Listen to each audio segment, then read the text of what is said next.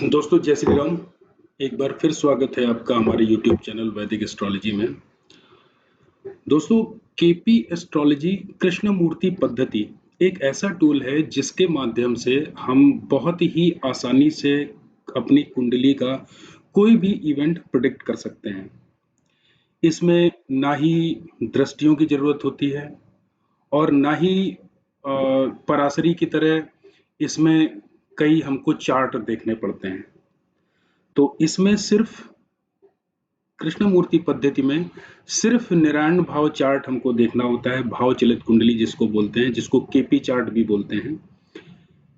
इस पद्धति से हम बहुत ही आसानी से हमारे जीवन में क्या घटना घटित होने वाली है, हम जीवन में किन क्षेत्रों में हम रहेंगे, कौन से इवेंट हमारे जीवन में घटित होंगे, तो केपी पद्धति से हम बहुत ही आसानी से इस चीज का हम पता लगा सकते हैं। तो सबसे पहले कोई भी चार्ट जब भी हम उठाते हैं, जब भी कोई चार्ट का हम अध्ययन करते हैं, तो सबसे पहले हम उसका लग्न देखते हैं। तो लग्न क्या होता है? लग्न ये है, लग्न जो है, एक मिनट, कोई भी अगर हम चार्ट अगर हम रीड करेंगे तो सबसे पहले लग्न का अध्ययन करेंगे। ये है हमारा लग्न। तो यहां पर देखिए, जो लग्न है उस लग्न का स्वामी कौन है? यहां पर 6 नंबर लिखा हुआ है, कन्या राशि है। तो कन्या राशि का जो स्वामी होता है वो बुध होता है। तो अब हम इस चार्ट से ये पता करेंगे कि जब भी हमारा लग्न स्वामी जिस भाव में जाकर बैठता है, हम आजीवन उस भाव से संबंध रखते हैं, क्योंकि लग्न जो है वो हम खुद हैं, हमारा शरीर है, हमारा स्वभाव है, हमारा एटीट्यूड है। हम जीवन में किन क्षेत्रों में ज्यादा बिजी रहेंगे, किन क्षेत्रों से लगकर पूरे आजीवन काम करेंगे, या किन कौन सा एरिया हमारे जीवन में इफेक्ट डालेगा, ये हम लग्न से पता करते हैं। जहां पर भी हमारा लग्न लॉर्ड बैठेगा, वहां से हम ये पता कर पाएंगे कि हम इस जीवन में किन चीजों से अलाइन रहेंगे। अब सपोज मान लीजिए ये लग्न जो कन्या लग्न है, इसका स्वामी बुध है। अगर मान लीजिए इस चार्ट में तो वैसे लग्न का स्वामी बुध यहां पर बैठा हुआ है 6 हाउस में। तो जो 6 हाउस होता है वो रोग का होता है, डिजीज का होता है, कर्जे का होता है, शत्रुओं का होता है। तो कहने का मतलब, जब ये लग्न स्वामी 6 हाउस में आकर बैठ गया, तो हम ये कहेंगे कि ये व्यक्ति, जिस भी व्यक्ति का ये चार्ट है, या फिर वो आजीवन बीमार रहेगा, एक प्रेडिक्शन ये बनती है, या फिर ये व्यक्ति आजीवन शत्रुओं से परेशान रहेगा। ये भाव नौकरी का भी होता है, ये भी प्रॉमिस है कि ये व्यक्ति जो है नौकरी करेगा, या ये व्यक्ति अपने जीवन में सेवाएं देता रहेगा। हम ये भी कह सकते हैं ये डेली रूटीन का भी हाउस है। तो हम ये भी कह सकते हैं कि ये व्यक्ति जो भी अपना जीवन जिएगा, ये एक वेल रूटीन में जिएगा, ये एक टाइम टेबल के अनुसार अपना जीवन जिएगा। तो कोई भी किसी भी चार्ट की जब भी लग्न लॉर्ड किसी हाउस में जाकर बैठता है, तो उस हाउस से संबंध हमारा जीवन भर रहता है। अब जैसे सपोज मान लीजिए इसमें तो 6 हाउस में बैठा हुआ था, मान लीजिए आपका लग्न लॉर्ड लग्न में ही बैठा है। जैसे मान लीजिए यहाँ पर बुध की प्लेसमेंट फर्स्ट हाउस में ही होती, ठीक है। तो हम क्या कहते हैं कि लग्न का स्वामी जब लग्न में बैठा हुआ है, तो हम ये कहते हैं कि ये व्यक्ति सेल्फ सेंटर्ड रहेगा, क्योंकि फर्स्ट हाउस का जो लॉर्ड है वो खुद फर्स्ट हाउस में बैठा है। तो ऐसा व्यक्ति सेल्फ सेंटर्ड रहता है, अपने से मतलब रखता है। ऐसा व्यक्ति अपने बारे में सोचता है, अपना उसका बहुत ही एटीट्यूड में वो रहता है, और अपनी पर्सनालिटी को हमेशा निखारने की सोचता रहता है, कि वो हमेशा अपने में ही खोया रहता है। उसको ये, वो हमेशा ये देखना, कभी वो मिरर में देखेगा या लोगों के सामने अपने आप को एक बहुत ही सुंदर फील करवाना चाहेगा, एक अपने आप को दिखाएगा कि जो है कि मैं कैसा लग रहा हूँ, है ना। वो अपने में ही खोया रहेगा, एक सेल्फ सेंटर्ड। और ये जब जब भी लग्न का स्वामी लग्न में बैठता है तो ये भी प्रॉमिस होता है कि इस व्यक्ति का जो बीमारी है, जो डिजीज है, ये डिजीज फ्री लाइफ जिएगा। इस व्यक्ति को बीमारी नहीं होगी, ये स्वास्थ्य के लिए अच्छा है। जब भी फर्स्ट लॉर्ड फर्स्ट हाउस में बैठता है। अब मान लीजिए यही लग्न का स्वामी सेकंड में बैठ जाए। लग्न का लॉर्ड फर्स्ट लॉर्ड अगर सेकंड में बैठ जाता है तो सेकंड हाउस हमारी फैमिली का होता है, एक्यूमुलेटेड वेल्थ का होता है। तो हम ये कहेंगे कि ऐसा व्यक्ति हमेशा अपनी फैमिली के बीच में रहेगा और उसके जीवन में फैमिली का प्रभाव रहेगा।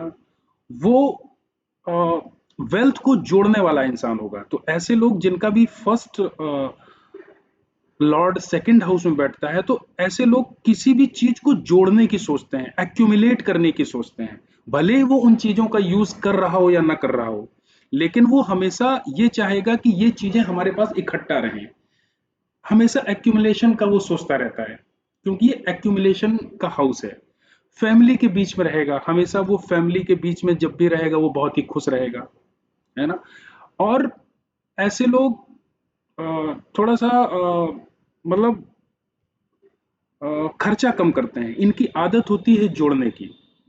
तो ये चीज इनको ये शो करता है कि ऐसे लोगों को क्या क्या चाहिए। अगर ये लोग जब भी फर्स्ट लॉर्ड सेकंड हाउस में बैठता है तो ये थर्ड का नेगेशन करता है। और थर्ड जो है हमारा पुरुषार्थ है, पुरुषार्थ है, हमारा करेज है। तो जब भी सेकंड हाउस को हम मजबूत करेंगे, जब हम सेकंड हाउस की चीजों को ज्यादा हम अपनाएंगे, तो आप देखेंगे कि कहीं ना कहीं जब भी आपने एक एग्जांपल आपको देता हूं, जब भी किसी आदमी के पास में जब पैसा ज्यादा इकट्ठा हो जाता है तो उसके पास में हिम्मत नहीं रहती है। वो हमेशा परेशान रहता है कि कहीं मेरा पैसा खो न जाए, कहीं मेरे पास में सीबीआई की रेड न पड़ जाए, कहीं इनकम टैक्स की रेड न पड़ जाए, या मेरा पैसा चोरी ना हो जाए। तो उसका करेज वीक हो जाता है, वो हमेशा परेशान रहता है। तो कहने का मतलब ये हुआ कि जब भी हम फर्स्ट लॉर्ड सेकंड हाउस में अगर हम देखें तो हम ये कह सकते हैं कि ये व्यक्ति के पास में हमेशा किसी भी चीज को जोड़ने की सोचता है, एक्यूमुलेट करने की सोचता है। तो इस वजह से इसके पास में करेज की कमी होती है। ऐसे व्यक्तियों को चाहिए कि अपनी जो उनके अंदर काबिलियत है, जो उनके अंदर पुरुषार्थ है, उसका यूज करें। अगर ये अपनी तरफ से मेहनत करेंगे, काम करने की कोशिश करेंगे, तो ये जो फर्स्ट हाउस है ये थर्ड से 11th है। तो अगर हम थर्ड हाउस को मजबूत करेंगे तो ऑटोमेटिक जो है हमको गेन प्राप्त होंगे। हमको अपनी मार्केटिंग स्ट्रेटजी पे ध्यान देना चाहिए, हमको अपने ऑनलाइन वर्क्स पे ज्यादा फोकस करना चाहिए। तो उसकी वजह से हमको आ, जो थर्ड से 11th जो हमारा फर्स्ट लॉर्ड है ये मजबूत होगा और हमको गेन की प्राप्ति होगी। अब मान लीजिए यही जो लग्न लॉर्ड है अगर मान लीजिए थर्ड में बैठ जाए जाके, तो थर्ड हाउस हमारे यंगर सिबलिंग्स का होता है, हमारे पुरुषार्थ का होता है, हमारी मेहनत का होता है। तो हम कहेंगे ऐसा व्यक्ति अपने भाई बहनों के साथ में बड़ा अटैच रहेगा, और ऐसा व्यक्ति बहुत ही मेहनती रहेगा, पुरुषार्थ करने वाला रहेगा। किसी काम में अगर लगेगा तो उसको पूरा करके ही छोड़ेगा, क्योंकि ऐसा व्यक्ति मेहनती होगा। और ये जो हाउस होता है वो मार्केटिंग स्किल्स का भी होता है, नेटवर्किंग का भी होता है। तो हम ये कहेंगे कि ये व्यक्ति अ, अच्छा नेटवर्कर होगा, किसी से भी नेटवर्किंग में बहुत अच्छा काम करेगा, इसका कम्युनिकेशन स्किल्स बहुत अच्छा होगा। तो जब भी लग्न लॉर्ड थर्ड हाउस में जाएगा तो इस तरीके की हम प्रोडिक्शन करेंगे। अब मान लीजिए यही लग्न लॉर्ड अगर फोर्थ में चला जाता है, तो फोर्थ हाउस जो होता है वो प्रॉपर्टी का होता है, व्हीकल का होता है ना, और हमारे घर के इन्वायरमेंट का होता है, डोमेस्टिक एनवायरमेंट। और मदर को भी इस हाउस से रिप्रेजेंट करते हैं। तो हम जब भी लग्न लॉर्ड फोर्थ हाउस में जाएगा तो हम कहेंगे कि ऐसा व्यक्ति हमेशा अपने माँ के करीब रहेगा, माँ के टच में रहेगा, माँ से बहुत ही अटैचमेंट ऐसे व्यक्ति का होता है। ऐसे व्यक्ति को भूमि भवन प्रॉपर्टी ये सब इसके प्रति अलाइन रहता है। वो उसके उसको पाने की इच्छा रहती है उसकी। और ऐसे व्यक्ति का अपने डोमेस्टिक एटमॉस्फेयर में बहुत बड़ा रोल होता है। वो होमली नेचर का भी हो सकता है। तो जब भी फर्स्ट लॉर्ड आपका फोर्थ हाउस में जाएगा तो इस तरीके की प्रेडिक्शन करेंगे। अब मान लीजिए फोर्थ लॉर्ड फिफ्थ में चला गया। अब सॉरी, फर्स्ट लॉर्ड फिफ्थ में, अगर फर्स्ट लॉर्ड फिफ्थ में जाएगा तो ऐसे लोग जो होते हैं ना वो बहुत ही फन लविंग नेचर के होते हैं। इनके दिमाग में हमेशा मौज मस्ती चलती रहती है, बड़े केयरलेस टाइप के होते हैं ये लोग। और एक तरफ केयरलेस होते हैं और एक तरफ ये भी हम कह सकते हैं कि ये बहुत ही जीनियस होते हैं। इनकी बुद्धि बहुत तेज होती है, क्योंकि जो फिफ्थ हाउस है ये कुछ ना कुछ लर्निंग का है, ये कुछ ना कुछ सीखने का है, हमारे इंटेलेक्ट का है, हमारी बुद्धि का है। तो फर्स्ट लॉर्ड जब भी फिफ्थ हाउस में जाएगा तो ऐसे लोग जीनियस भी होते हैं, लेकिन ऐसे लोग केयरलेस भी होते हैं। केयरलेस क्यों कहेंगे? क्योंकि ये सिक्स हाउस का नेगेशन कर रहा है। सिक्स हाउस जो होता है ना वो डेली रूटीन का होता है, और फिफ्थ हाउस सिक्स का नेगेशन कर रहा है। तो ऐसे लोगों को अगर आप टाइम टेबल में बांधेंगे, अगर इनको टाइम टेबल के अनुसार इनकी जीवन को आप चलाने की कोशिश करेंगे तो ये उस चीज पर नहीं चल पाएंगे। इनको ऐसा लगेगा कि कोई हमको जो है जबरदस्ती हमको किसी चीज में बांध रहा है। तो ऐसे लोग टाइम टेबल फॉलो नहीं कर पाते हैं, एक डेली रूटीन फॉलो नहीं कर पाते हैं। तो इस वजह से इनको कभी-कभी जो है वो सेहत में भी उतार-चढ़ाव देखने को मिलता है।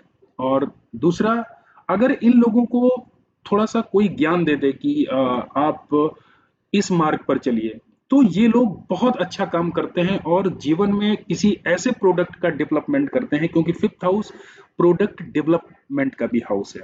क्योंकि ये संतान का भाव है, तो संतान भी एक तरीके से एक प्रोडक्ट हम पैदा करते हैं। तो ये लोग किसी माध्यम से अगर इनको ज्ञान प्राप्त हो जाए तो ये किसी न किसी ऐसे प्रोडक्ट को इस वो संसार के लिए लेके आते हैं जिससे सारे लोगों को फायदा होता है। तो फर्स्ट लॉर्ड जब भी फिफ्थ हाउस में बैठता है तो ये दोनों तरीके से काम कर सकता है। अब डिपेंड ये करता है कि इस व्यक्ति को अपने लॉर्डशिप के अनुसार कैसे अलाइन किया जाए। अब फिफ्थ हाउस हो गया। अब मान लीजिए लग्न लॉर्ड सिक्स हाउस में गया है, ये मैंने आपको अभी बताया था। सिक्स हाउस बीमारी का है, तो यहाँ पर दो सिचुएशन बनती हैं। ये व्यक्ति जीवन भर बीमार रह सकता है, और ऐसे लोग सिक्स हाउस जो होता है वो सेवा का होता है। तो ऐसे लोगों को आप देखेंगे कि जब भी किसी के चार्ट में ये पोजीशन होती है तो वो लोगों की सेवा करने में बहुत ही तत्पर रहते हैं, बहुत ही आगे आगे घूमते हैं। कि जैसे कोई भी काम होगा तो कहेंगे लाइए ये मैं कर देता हूँ, लाइए ये काम मैं पहले कर देता हूँ, है ना। तो कोई भी इनके अंदर सेवा भाव होता है। तो ये लोग सेवा के प्रति बहुत अलाइन होते हैं। ये लोग डेली रूटीन में को फॉलो करने वाले होते हैं, डेली रूटीन को मानने वाले होते हैं। ऐसे लोग एक्सरसाइज में, जिमिंग में इस तरीके से इन्वॉल्व रहते हैं, है ना। तो ये पोजीशन निगेटिव पॉजिटिव ये दोनों तरीके से यूज हो सकती है। अगर आपने डेली रूटीन को फॉलो नहीं किया तो आप बीमार भी रह सकते हैं। तो ये जब भी लग्न लॉर्ड सिक्स में बैठेगा तो इस तरीके के आपको रिजल्ट देखने को मिलेंगे। अब मान लीजिए लग्न लॉर्ड सेवेंथ हाउस में बैठ जाए, तो सेवेंथ हाउस किसका है? सेवेंथ हाउस हमारे व्यापार का है। तो हम कहेंगे कि ऐसा व्यक्ति बहुत ही बिजनेस ओरिएंटेड होगा, बिजनेस के प्रति इसका लगाव होगा। डेली इंटरेक्शन का भी होता है ये हाउस। मतलब आप इस हाउस से जो भी आप डेली बेसिस पे आप जिन लोगों से कांटेक्ट में आते हैं, जिन लोगों से आप मिलते हैं, वो सेवेंथ हाउस से देखा जाता है। तो ऐसा व्यक्ति बहुत ही मिलनसार होगा, लोगों के बीच में रहने वाला होगा, बिजनेस ओरिएंटेड होगा, डेली बेस पे लोगों से मिलता होगा वो। ये जो है हाउस हमारे स्पाउस का भी होता है, अपोजिट सेक्स का भी होता है। तो ये भी एक सिचुएशन बन सकती है कि जिस व्यक्ति का लग्न लॉर्ड सेवेंथ में जाता है तो वो अपोजिट सेक्स के प्रति ज्यादा अट्रैक्ट रहता है। उसके दिमाग में अपोजिट सेक्स हमेशा एक तरीके से चलता रहेगा। तो इस तरीके की पोजीशन जब भी लग्न लॉर्ड सेवेंथ में जाएगा तो इस तरीके की पोजीशन बनती है। अब मान लीजिए लग्न लॉर्ड एर्थ हाउस में जाकर बैठ जाए, तो एर्थ हाउस अचानक से आने वाली परेशानियों का है, डिप्रेशन का है, पीड़ा का है। तो हम कहेंगे कि ये व्यक्ति आजीवन डिप्रेस्ड माहौल में रह सकता है। या ऐसा व्यक्ति, ये जो हाउस होता है 8th हाउस, वो रिसर्च वर्क का भी होता है ना, ऑकल्ट का भी होता है, या इंश्योरेंस फील्ड इस टाइप से संबंध का भी होता है। तो ऐसा व्यक्ति जो लग्न लॉर्ड जिसका 8th हाउस में बैठा है, तो वो ज्योतिष से भी संबंध बना सकता है, या किसी रिसर्च वर्क से ऐसा व्यक्ति जुड़ सकता है, और किसी इंश्योरेंस एजेंट बन के ऐसा व्यक्ति काम कर सकता है। और ऐसे लोग बहुत ही किसी भी चीज को बहुत ही डेप्थ में सोचते हैं। कोई भी चीज अगर इनको आप बताएंगे तो इस उसको ये ऊपर ऊपर नहीं सोचेंगे, जब तक इसकी ये पूरी तरीके से खोज भी नहीं कर लेंगे, उसकी डेप्थ में नहीं जाएंगे, जब तक उसके बारे में पूरी तरीके से जानकारी नहीं कर लेंगे, तब तक इनको चैन नहीं मिलेगा। तो इस तरह की सिचुएशन जब भी लग्न लॉर्ड 8th हाउस में जाता है, तो इस तरह की कंडीशन आपको देखने को मिलेंगी। और इनका कोई भी काम बहुत आसानी से नहीं होता है। उसका रीजन क्या है? जो 8th हाउस है वो 9th हाउस का नेगेशन करता है। 9th हाउस हमारा भाग्य है, तो एक तरीके से हमारे भाग्य को नेगेट किया, तो 8th हाउस एक तरीके से हमारा दुर्भाग्य हो गया। तो कहने का मतलब, कोई भी काम करने के लिए इनको एक्स्ट्रा मेहनत करनी पड़ती है, इनको भाग्य का सपोर्ट थोड़ा सा कम रहता है। तो ये प्लेसमेंट जब भी आप किसी की कुंडली में देखें, तो इस तरीके से आप उसको प्रोडिक्ट कर सकते हैं। अब मान लीजिए लग्न लॉर्ड 9th हाउस में बैठ गया, तो 9th हाउस जो होता है वो विजडम का है, हमारी धार्मिकता का है, हमारे इंसेस्टर्स का है, जो हमारे पितृ वगैरह हैं। और कहीं ना कहीं इस पोजीशन में जब भी आप किसी का प्लेसमेंट देखेंगे, तो आप पाएंगे ऐसे लोग अपने पितरों के प्रति बहुत ही ज्यादा अट्रैक्ट रहते हैं, बहुत ही उनको मानने वाले होते हैं। जो भी उनकी पुरानी रीत रिवाज, कल्चर, इस तरीके का जो उनके परिवार में, फैमिली में जो चला आ रहा होता है, उसको वो बहुत अच्छे से निभाने वाले होते हैं। एक विजडम उनके अंदर होती है, और ऐसे लोग अपने फादर के बहुत करीब होते हैं, क्योंकि जो 9th हाउस है वो फादर को भी दर्शाता है। तो ये लोग अपने फादर के प्रति बहुत ही अट्रैक्ट रहते हैं, या कहेंगे अपने फादर से इनकी बहुत अच्छी बनती है। फादर का इनके जीवन में बहुत बड़ा रोल होता है, और अपनी परंपराओं को मानने वाले होते हैं। इनको धार्मिक यात्राएं करना बहुत पसंद होता है, ये बड़ी बड़ी यात्राओं में बड़ा इंजॉय करते हैं। तो गुरुओं के प्रति भी इनका जो है बहुत ही ज्यादा झुकाव होता है, और इनके जीवन में गुरुओं का बहुत बड़ा रोल होता है। इस तरीके से हम इसको देखेंगे। अब मान लीजिए लग्न लॉर्ड 10th हाउस में जाकर बैठ गया। 10th हाउस में लग्न लॉर्ड का बैठना, जो 10th हाउस होता है वो हमारे स्टेटस का होता है, हमारे गवर्नमेंट गवर्नमेंट से संबंध जो भी चीजें बनाती हैं उसका होता है, हमारा कर्म क्षेत्र है। तो हम कहेंगे कि ऐसा व्यक्ति जिसका लग्न लॉर्ड 10th में जाकर बैठा है, वो कर्म प्रधान हो सकता है। वो हमेशा काम के बारे में सोचता है, और अपने काम को बहुत ही अच्छे से अलाइन करना जानता है। वो अपने स्टेटस पे बहुत ध्यान देता है, और अपना स्टेटस को उसको कैसे मेंटेन करना है, अपने काम में कैसे उसको योगदान देना है, उसको ये चीज बहुत अच्छे से पता होती है। अब एक तरफ ये 11th हाउस का नेगेशन कर रहा है। नेगेशन कहने का मतलब ये हुआ कि जो 11th हाउस होता है वो सोशल सर्किल का होता है। तो हम ये भी कह सकते हैं कि ऐसे व्यक्ति जिनका फर्स्ट लॉर्ड 10th हाउस में जाकर बैठता है, वो काम के प्रति इतना ज्यादा अलाइन होते हैं, इतना ज्यादा अट्रैक्ट होते हैं, कि वो सोशल सर्किल को वो छोड़ देते हैं। सोशल सर्किल में वो इन्वॉल्व नहीं हो पाते हैं। तो इस तरह की भी कभी कभी कंडीशन बनती है। ये काम के प्रति काम में इतना बिजी होते हैं कि वो इधर उधर की चीजों को ध्यान नहीं दे पाते हैं। तो जब भी लग्न लॉर्ड 10th में जाएगा, तो इस तरीके के रिजल्ट आपको देखने को मिलेंगे। अब लग्न लॉर्ड 11th में गया। 11th हाउस होता है हमारे लाभ का, हमारी इच्छा पूर्ति का, हमारी महत्वाकांक्षा का, हमारी डीप डिजायर का। तो ऐसे व्यक्ति को आप देखेंगे कि ऐसे व्यक्ति बहुत ही महत्वाकांक्षी आदमी होते हैं। उनके दिमाग में कोई ना कोई डिजायर पाने की हमेशा इच्छा रहती है। ऐसे लोग बहुत ही सोशल होते हैं, और ऐसे व्यक्तियों को सोशलिज्म से, अपने फ्रेंड से बहुत ही लाभ मिलता है। आपने देखा होगा कि कभी कभी ऐसा हमारा सर्किल होता है कि हम सर्किल के बीच में सिर्फ अगर हम रह रहे होते हैं, और फ्रेंड सर्किल में कोई भी फ्रेंड किसी व्यक्ति को ऐसा आइडिया दे देता है कि वो आइडिया उसके जीवन में एक बहुत बड़ा बदलाव को शो करता है। जैसे मान लीजिए किसी ने कहा कि यार तू ये जॉब ज्वाइन कर ले, या ये बिजनेस कर ले, तो तेरा बहुत अच्छा बिजनेस चलेगा या जॉब चलेगी। तो और वो अपने दोस्तों का कहना मान के, मान लीजिए वो बिजनेस कर लेता है या वो जॉब ज्वाइन कर लेता है, तो आप देखेंगे वो आजीवन जीवन भर वहीं से ही जो है उसको ग्रोथ मिलना स्टार्ट हो जाती है। तो वो यही प्लेसमेंट होती है। तो जब भी आप लग्न लॉर्ड 11th हाउस में देखेंगे तो आप लोगों को बहुत ही सोशल पाएंगे, अपने फ्रेंड्स के साथ में बहुत ही जुड़ा हुआ पाएंगे। अब मान लीजिए लग्न लॉर्ड 12th हाउस में पहुंच गया, तो 12th हाउस क्या है? 12th हाउस हमारे एक्सपेंडिचर का है, खर्चों का है, व्यय का है, इन्वेस्टमेंट का है और डिसअपॉइंटमेंट्स का है। तो ऐसे व्यक्ति जो जिनका लग्न लॉर्ड 12th में होता है, ये लोग अकेले रहना बहुत पसंद करते हैं। ये जब भी अकेले रहते हैं तो बहुत खुश रहते हैं। ये थोड़े से खर्चीले प्रवृत्ति के होते हैं, है ना? इनको खर्चा करना अच्छा लगता है। लग्न लॉर्ड जब 11th में बैठा था, तो एक चीज मैं बताना आपको भूल गया। जब भी लग्न लॉर्ड 11th में बैठा होता है तो ऐसे व्यक्ति खर्चीले नहीं होते हैं, मतलब ये कंजूस टाइप के होते हैं, क्योंकि ये 12th का नेगेशन है।